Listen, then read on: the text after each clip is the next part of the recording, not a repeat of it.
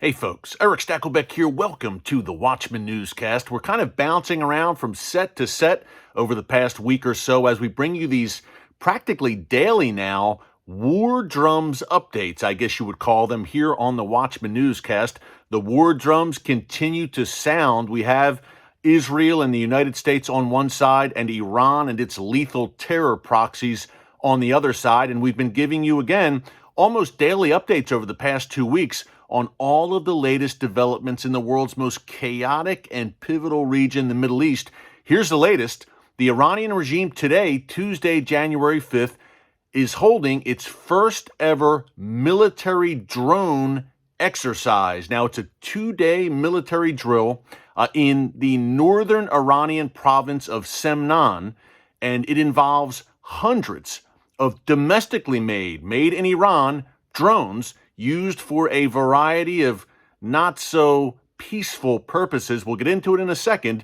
Before I do, I just want to encourage you to subscribe to the Watchman News channel right here on YouTube and click the notification bell so you get alerts every time one of these new updates is posted. It's the kind of information you're just not hearing about in the mainstream media, but it is very important, folks, and it profoundly affects you no matter where you live. What happens in the Middle East does not stay in the Middle East. Okay, let's get into it. Iran today, first ever large-scale drone drill. Now, it involved, as I said, hundreds of domestically made Iranian drones, really that could be used for 4 purposes. And by the way, it's a 2-day exercise. I should have mentioned January 5th and 6th. This exercise is unfolding. And these drones that are being displayed, Iran is very proudly displaying them, the Iranian regime, can be used for 4 purposes. Number 1, drones that can strike from air to air, either shoot other drones out of the sky or perhaps even a fighter jet out of the sky or a passenger jet, God forbid. Number 2, air to surface, drones that can drop bombs onto targets on the ground. Number 3, for surveillance drones to spy throughout the region. And number 4, what can be called kamikaze drones, or drones that are used for basically a suicide-style attack. Obviously, these are unmanned drones, but what the Iranian regime would do would be to load up a drone with explosives and fly it into a target to destroy that target. That's why they're called kamikaze drones.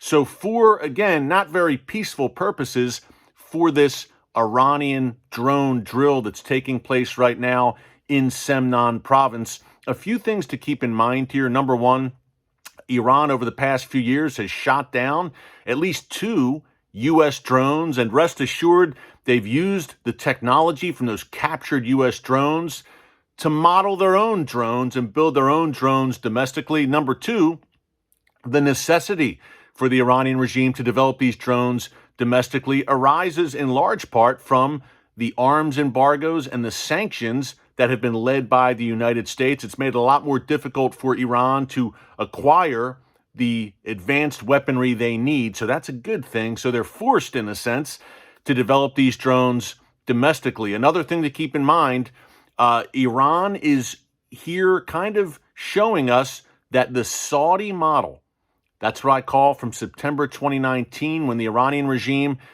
used a hybrid model, I guess you would say, to attack a Saudi oil processing facility. This was an unheard of style attack, folks, where the Iranian regime launched missiles and drones to attack this oil processing facility. Again, that was September 2019.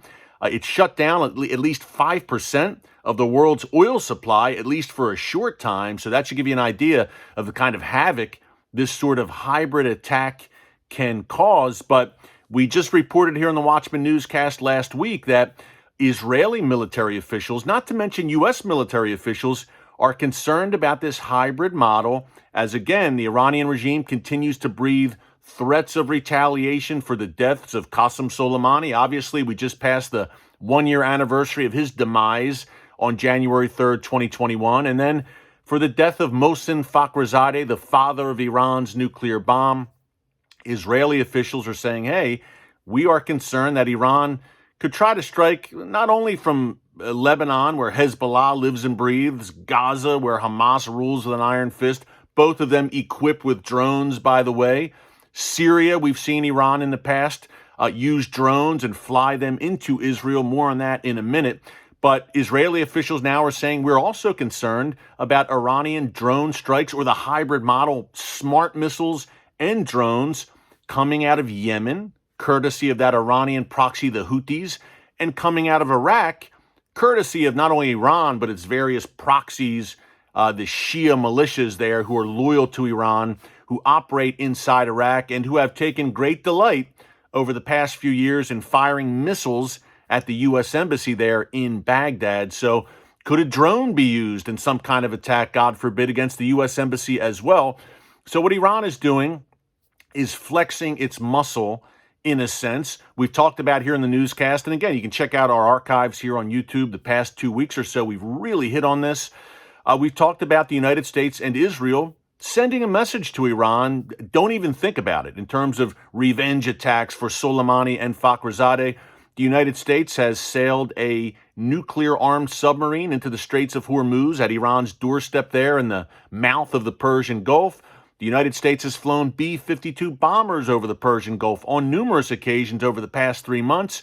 And the U.S. aircraft carrier, the USS Nimitz, we just talked about this on yesterday's newscast here on YouTube. The U.S. Defense Secretary Christopher Miller said over the weekend that aircraft carrier is staying in the Persian Gulf for the time being. It was supposed to be redeployed, but it is going to stay in the Persian Gulf.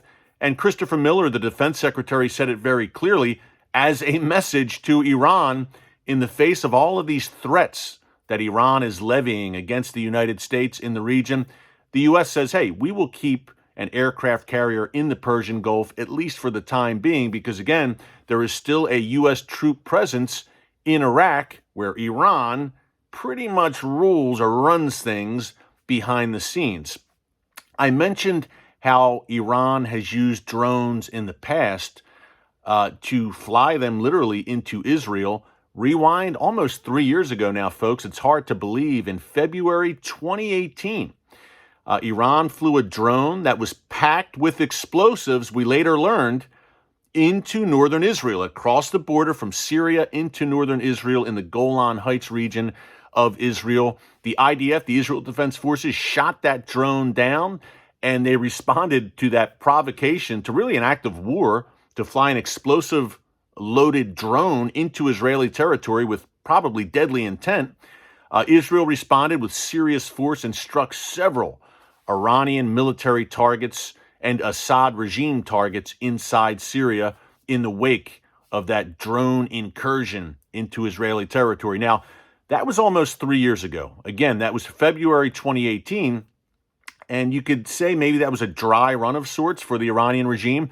You can only imagine, right, 3 years on, that they have enhanced their drone capabilities. I think we saw that pretty clearly today with this drone military exercise in Iran. So the tinderbox that is the Middle East continues to heat up. Again, this hybrid model is a big concern. The combination of cruise missiles and drones used by the Iranian regime in potential attacks. I mentioned how the U.S. has been kind of flexing its muscle. Israel as well has been verbally telling Iran, we are prepared, we are practiced, don't even think about trying anything. But Israel also, last month, sailed a submarine into the Persian Gulf, where it surfaced in plain sight, you would imagine, of the Iranian regime. So both the U.S. and Israel sending messages, Iran responding in kind today with this massive drone exercise, and Iran continuing to threaten the U.S. and Israel on practically a daily basis. Quick point here about the drones as I go. We reported yesterday here in the newscast that Israel just supplied the United States with 2 of those Iron Dome missile defense batteries. Very interesting that the U.S. will likely plant in Iraq to protect U.S. interests there from missiles and rockets and from drones launched by Iran and its radical allies in Iraq. So the plot thickens. We will continue to bring you all the latest updates here on the Watchman Newscast. Until next time, thanks for joining. God bless you. Hit the subscribe button and never hold your peace.